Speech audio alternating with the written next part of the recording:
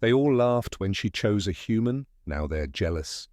Commander Aidan Reeves never intended to become a hero. He just couldn't walk away. Dust swirled above the charred crater on the edge of Sector Auris 9, officially designated as unregulated territory. Unofficially, it was where the Forgotten went to die. "Commander, you've been warned," barked a security officer, hand twitching near his holster. "This isn't our conflict, we're here to observe." "She's injured," Reeves replied calmly, lowering his helmet and stepping into the fire. "I'm not an observer, I'm human." They shouted after him. He didn't look back. At the bottom of the crater, among the wreckage of biomechanical plating, she lay. The first known contact with the Z. Shalri-Zar species, horned, armored in sleek bronze scales, her wings arched like a queen's mantle, her skin gleaming like black mercury under starlight, her face sharp, almost predatory, and heartbreakingly graceful in a way no human would admit. She glared at him, full of fury. "Don't touch me, bipedal meat-eater." "Good, you're conscious," Reeves muttered, kneeling beside her. "I'm here to save you, not serve you up." She hissed, unmoving. Purple, or something like blood, seeped beneath her. "Reeves!" a voice crackled in his earpiece. "We've picked up movement from orbit, hostile signatures. Get out now." "Override," he said flatly. "I'm not leaving her." "I can hear you," she rasped, eyes narrowing like blades. "Trying to buy yourself glory, human?" He smirked, cutting part of his armor to brace the fracture on her wing. "We call it conscience on Earth. Rare species, doesn't always survive the trip." "Everything on Earth is ugly and loud," she muttered. "I don't need you." He met her gaze, face smeared with soot, eyes burning with stubborn fire. "Then pretend I'm not here for you. I'm here for what's right." The thunder wasn't weather. It was ships. "We've got 10 minutes, Max," Aidan said, lifting her gently, despite her snarls. "You can't carry me. I weigh more than I look." "Is that something you tell everyone? Or just the ones falling in love at first sight?" She blinked, shocked, just for a second. Then scorn, or was it fear? Returned to her features. "You have no idea who I am. And you don't know me. Fair deal." They tore through twisted alien flora toward a ruined comms tower. His shoulder burned from a fresh wound, her wing shook with each step, but they moved. Together, breathing in sync, snapping at each other but never letting go. He, the human they called the fool of the frontier. She, an outcast warrior, nobody came to rescue. "You're reckless," she spat as he shielded her from an explosion. "I'm stubborn," he snapped back. "Big difference." She almost smiled. When they reached shelter, the sky above howled with incoming drones. "I am Shaka Triesse," she said lowly. "Genetically enhanced warrior, third circle. I am forbidden to bond with a human." "I'm Aidan Reeves. I've got bad knees and a terrible sense of timing. No one forbids me anything." She closed her eyes. He sat beside her. The pain lingered in the air like ash. But between them, something had started to glow. The comms were dead, their signal jammed, the shelter's power unstable. Just him, her, and 8 hours until sunrise on hostile soil. Aidan sat at the entrance, gripping a scavenged laser pistol. His shoulder throbbed, but pain wasn't what gnawed at him. It was her, that alien presence, strange and magnetic, sitting in silence, wounded and proud. "You don't act like a soldier," Shaka said without opening her eyes. "You're too soft. Do humans call that stupidity?" "We call it decency," he answered, glancing at her. "You should try it sometime." "You're not afraid of me?" He exhaled. "I'm more afraid you'll leave before I figure out why you're afraid of yourself." Silence. Only the soft hum of the emergency core. He didn't know what she was thinking, but he noticed her breathing had slowed, calmed. When he peeled off his chest armor to dress the wound, she snorted. Your bodies aren't built for war, fragile, misaligned.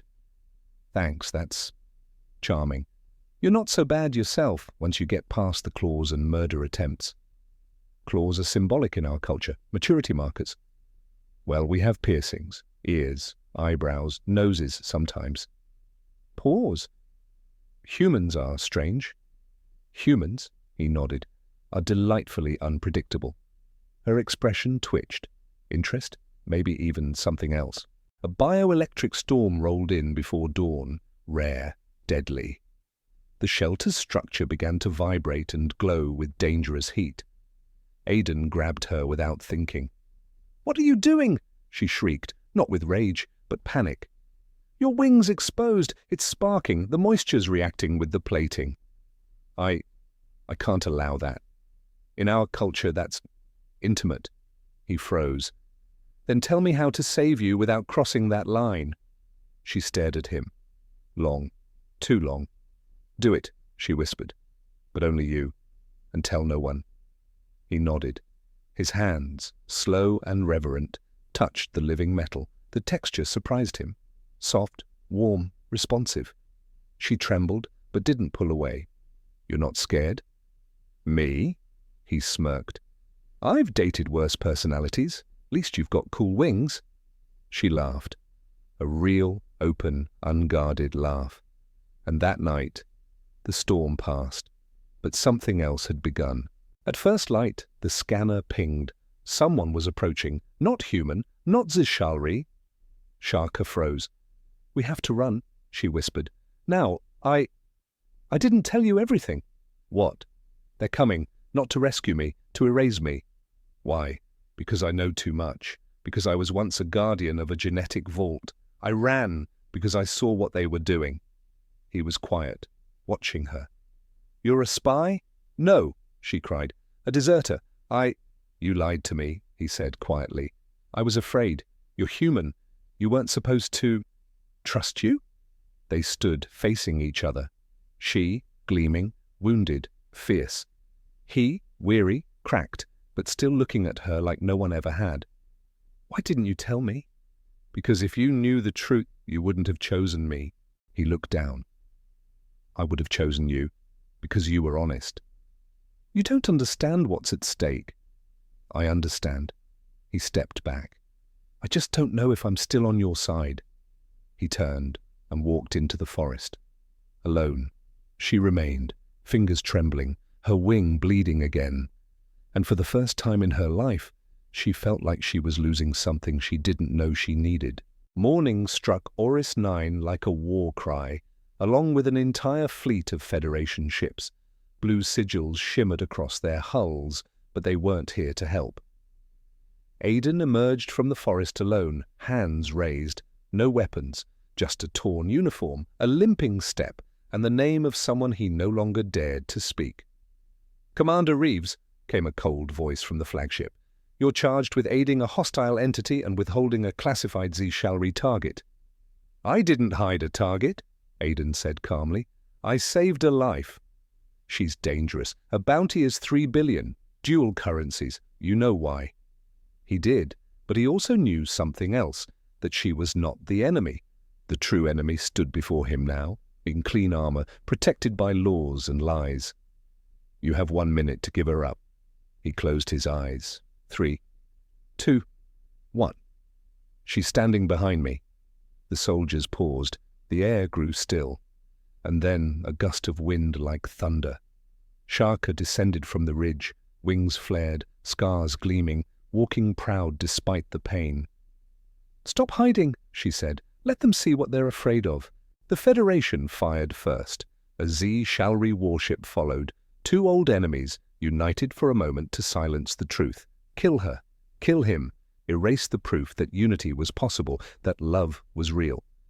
Aiden and Sharka fought back, not as fugitives, not as prey, as partners. He covered her flank. She deflected blasts with her wing, lifting him through collapsing terrain. "You're insane!" she shouted through the chaos. "This is suicide!"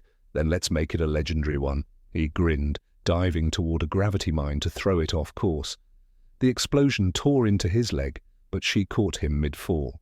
When the smoke cleared, the cameras were already rolling. Independent media, smugglers, civilians, drones. The galaxy saw them, a man and a monster, standing together, bleeding, protecting. Not enemies, not mistakes, not propaganda. Real. Shaka stepped forward, blood on her jaw and wing half shredded. "I was a soldier. I was a secret. Now I'm a witness. You can kill us, or you can watch us survive, together." Aiden joined her, placed a hand on her back, and in front of millions for the first time in history, a human and a Zi Shalri chose each other. 3 months passed. The bounty was revoked. The Zi Shalri society fractured. But people remembered what they saw. Scientists, peacekeepers, outcasts, children. Some came with fear, others with hope. Aiden and Shaka became the first emissaries of the Union Accord. He laughed when they called him the monster lover in broadcasts. She kissed his forehead. In her culture, the mark of eternal trust. They all laughed, she said one evening, as they sat beneath a glowing tree in the new peace zone. "When I chose a human." He looked at her, eyes full of stars. "And now?" She nodded. "Now they're jealous."